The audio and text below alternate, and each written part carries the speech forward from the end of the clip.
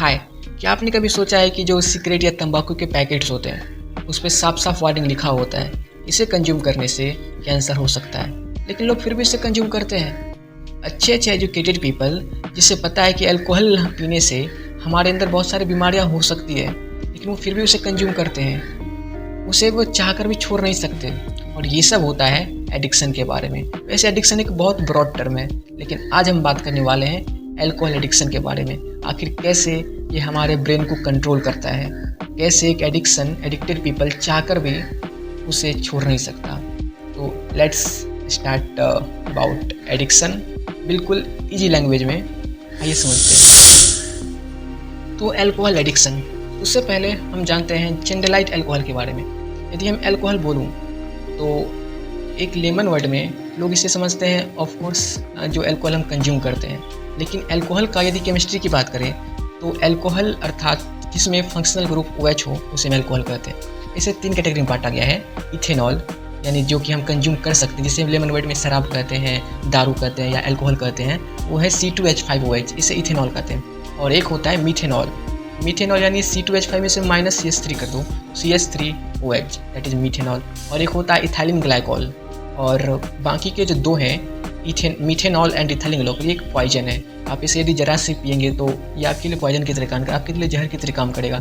लेकिन जो इथेनॉल होता है उसे हम लेमन वर्ड में या हमें जनरलाइज्ड वे में अल्कोहल कहते हैं, और यही वो है जिसे हम कंज्यूम करते हैं। अल्कोहल यानी शराब यानी मदिरा, ये बहुत पुराने समय से हमारे कल्चर में भी ये चलता आ रहा है, ठीक है।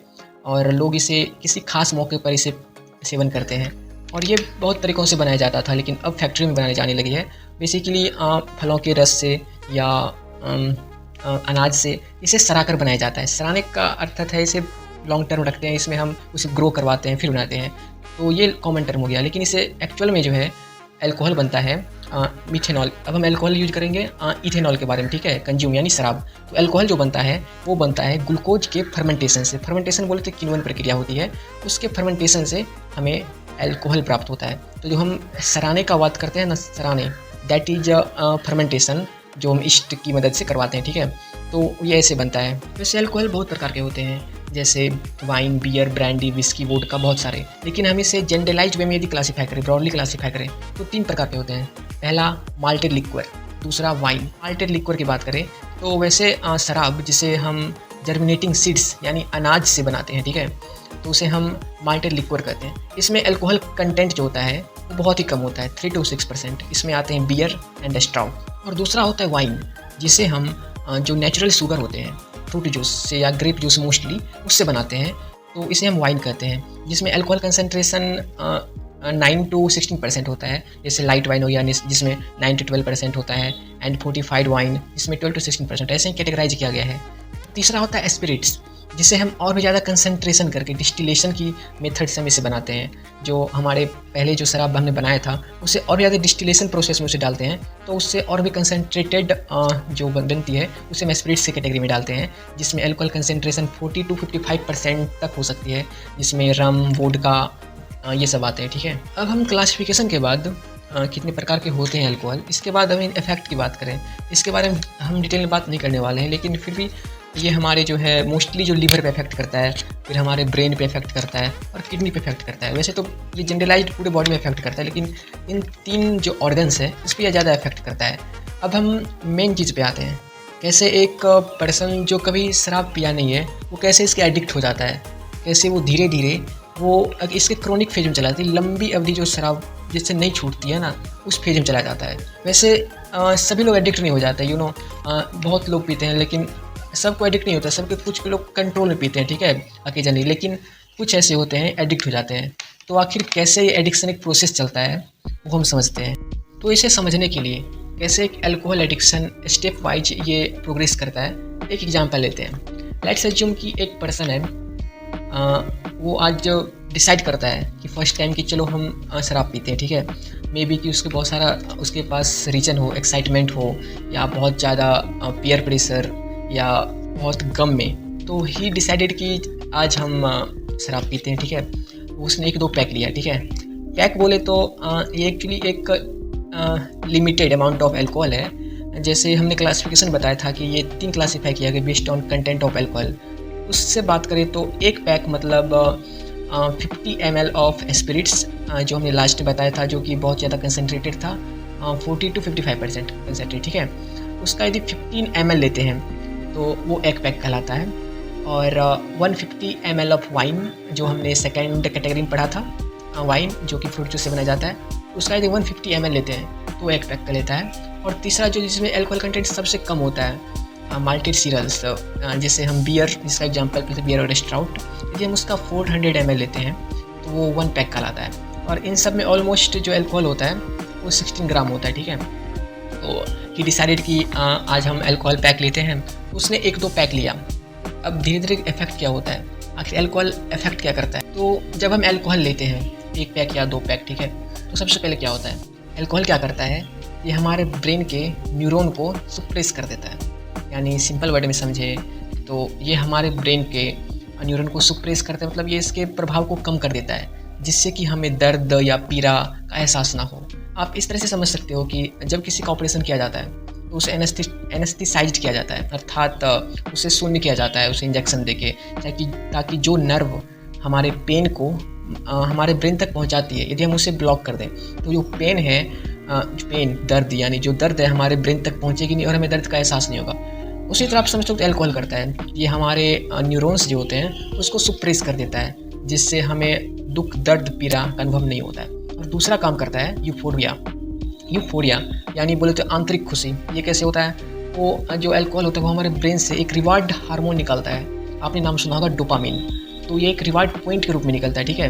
तो जैसे ही ये हमारे न्यूरॉन्स को सुप्रेस करता है तो क्या होता है कि हम जिसे जो अल्कोहल लेता है, ठीक है, जो बंदे ने अल्कोहल ली थी, उसे बहुत ही एक्साइटमेंट फील होता है और उससे यूफोरिया फील होता है। यूफोरिया बोले तो आंतरिक खुशी, ठीक है।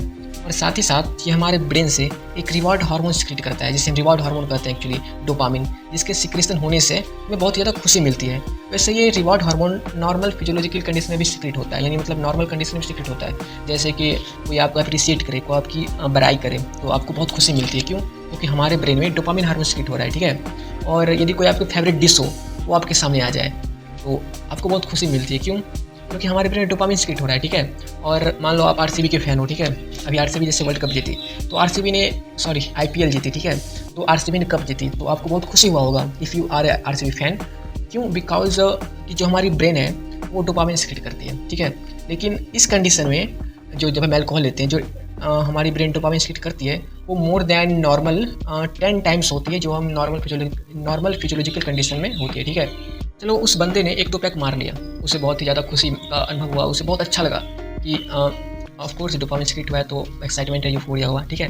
अब वो फिर से दूसरी बार ट्राई करता है, उसने सोचा कि चलो अच्छा लगा तो उस बार फिर से हम ट्राई करते हैं, और इस तरह से वो 4, 5, 6 बार मतलब वो लगातार पीने लगता है। अब क्या होगा, ठीक है। अब ये आखिर एडिक्शन होता है कैसे वो समझते हैं। मान लेते हैं कि जब उसने 1-2 पैक लिया था, ठीक है, मान लो उसने 3 पैक लिया, ठीक है, हमारे ब्रेन में 50 पॉइंट्स रिलीज किए, इसके reward points as a dopamine. For example के लिए कि 3 पैक पीने से हमारे ब्रेन में 50 पॉइंट्स रिलीज हुए डोपामिन के, ठीक है। अब क्या होगा कि धीरे धीरे हमारे ब्रेन को 50 पॉइंट्स रिलीज करने के लिए 3 पैक लगता था। अब हमारे ब्रेन को सेम 50 रिवार्ड पॉइंट रिलीज करने के लिए हमारे ब्रेन कहेगा कि हम 3 पैक से काम नहीं चलेगा, हमें चाहिए 6 से 7 पैक।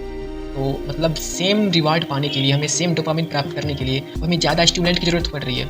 इसे हम कहते हैं साइंटिफिक टर्म में टॉलरेंस, यानी हमारा ब्रेन जो है उस ड्रग के लिए टॉलरेंस हो गया। मतलब हमें सेम एक्साइटमेंट पाने के लिए, सेम रिवार्ड डोपामिन सिक्रेट करने के लिए हमें ज़्यादा अल्कोहल की आवश्यकता पड़ने लगी, ठीक है। ये फर्स्ट स्टेप हुआ, ये हमारा फर्स्ट स्टेप हुआ, ठीक है, दैट इज ड्रग टॉलरेंस। तो अब क्या होगा कि वो बंदा बहुत पीने लगा, ठीक है, बहुत अल्कोहल कंज्यूम करने लगा, 5-6 पैक 7 पैक डेली बेसिस पे। अब क्या है कि हमारे ब्रेन को ना आदत लग गई इसकी, डोपामिन की, यार हमें तो चाहिए 50 रिवार्ड पॉइंट आप दो। जैसे कि एक बच्चे को होता है, यदि आप किसी चीज़ की आदत लगा देते हो तो उसे देना पड़ेगा, यदि आप नहीं दो तो ऑफकोर्स बच्चा रोएगा। सेम हमारा ब्रेन है, यदि आप उसे डेली बेसिस पर, उसमें हाई डोज डोपामिन नहीं मिलती है जो कि हमें अल्कोहल से मिल रही है, यदि उसे अल्कोहल नहीं मिलती है तो वो बहुत सारे ना डिसफंक्शन काम करता है, वो विड्रॉल सिम्टम दिखाता है, ठीक है। तो इस मेथड को हम कहते हैं जो कि ड्रग डिपेंडेंस, अर्थात हमारा ब्रेन जो है अब अल्कोहल पे डिपेंड रहने लगा। क्यों? हाई डोज डोपामिन के लिए। तो और यदि उसे नहीं मिला तो वो विड्रॉल सिम्टम्स एक्सप्रेस करता है। विड्रॉल सिम्टम्स जैसे कि एंजाइटी होना और क्रेविंग फॉर एल्कोहल, क्रेविंग अर्थात किसी चीज़ को पाने की तीव्र इच्छा, और एजिटेशन होना, हार्ट रेट बढ़ जाना, बीपी इंक्रीज कर जाना, हेलुसिनेशन, बहुत सारी चीज़ें, ठीक है। तो ये विड्रॉल सिम्टम्स में आते हैं जब आप क्रोनिक एल्कोहलिक हो और 48 to 72 आवर्स तक आपको एल्कोहल नहीं मिला, तो ये पीक पे पहुंच जाता है विड्रॉल सिम्टम्स। तो ये था एडिक्शन। किसी भी चीज़ की एडिक्शन ना एक मतलब ऐसा ही ऑलमोस्ट होती है, ठीक है। लेकिन आज हमने बात की एल्कोहल एडिक्शन के बारे में कि कैसे alcohol addiction step wise progress करता है, ठीक है। और जो क्रोनिक एल्कोहलिक पर्सन होते हैं ना, उसे किसी भी हालत में एल्कोहल चाहिए ही चाहिए, किसी भी हालत में। और शायद यही रीज़न है कि शायद बिहार में जो शराबबंदी है वो ठीक से सक्सेस नहीं हो पा रही है, ठीक है। वैसे तो एल्कोहल जो है वो बिल्कुल कंज्यूम नहीं करना चाहिए। According to me it is a very bad thing, but कहीं ना कहीं कल्चर होते हैं बहुत जगह एल्कोहल पीने की खास मौक़ों पे। तो उसके ना कुछ गाइडलाइंस दिए हैं। यदि आप एल्कोहल कंज्यूम कर रहे हो तो उसका सिर्फ गाइडलाइंस है, जैसे कि एवरेज 1 to ड्रिंक यानी 1 to 2 pack per day sip, okay, and not more than 3 pack, ठीक है। और जब भी आप एल्कोहल कंज्यूम करो तो आपका नाम खाली पेट मत करना, ठीक है। खाली पेट यानी एम्प्टी स्टमक। आप पहले बहुत खाना खा लो, उसके बाद एल्कोहल कंज्यूम कर सकते हो, ठीक है। बिहार से बाहर की बात कर रहा हूँ, ठीक है। हमारे बिहार में एल्कोहल बैन है, ठीक है, ओके। तो और एल्कोहल पी के किसी भी जो हैजार्डस काम है जैसे ड्राइव करना या कोई काम, ये नहीं करना चाहिए, ठीक है। और कुछ जैसे एल्कोहल जो होते हैं कुछ ड्रग दवाई के साथ इंटरेक्शन करते हैं, तो ड्रग के साथ इसे टेकन नहीं करना चाहिए, ये जानलेवा हो सकती है, ठीक है। और जिसे कॉन्ट्राइंडिकेटेड है यानी जैसे डॉक्टर ने मना कर चुका है कि अल्कोहल नहीं पीना है, तो उसे बिल्कुल ही नहीं पीना चाहिए क्योंकि ये बहुत ही खतरनाक हो सकता है, ठीक है। और हमने इस वीडियो में जितनी भी बात की वो हमारे अभी तक की नॉलेज के बेसिस पे है, जो हमने ऑफ कोर्स स्टडी किया है फार्मा और पैथो में, और इसका रेफरेंस पूरी तरह बुक था, ठीक है। तो यदि आपको अच्छा लगा हो, ओके, बाय, मिलते हैं नेक्स्ट में इसी अच्छी इन्फॉर्मेशन के साथ, ओके।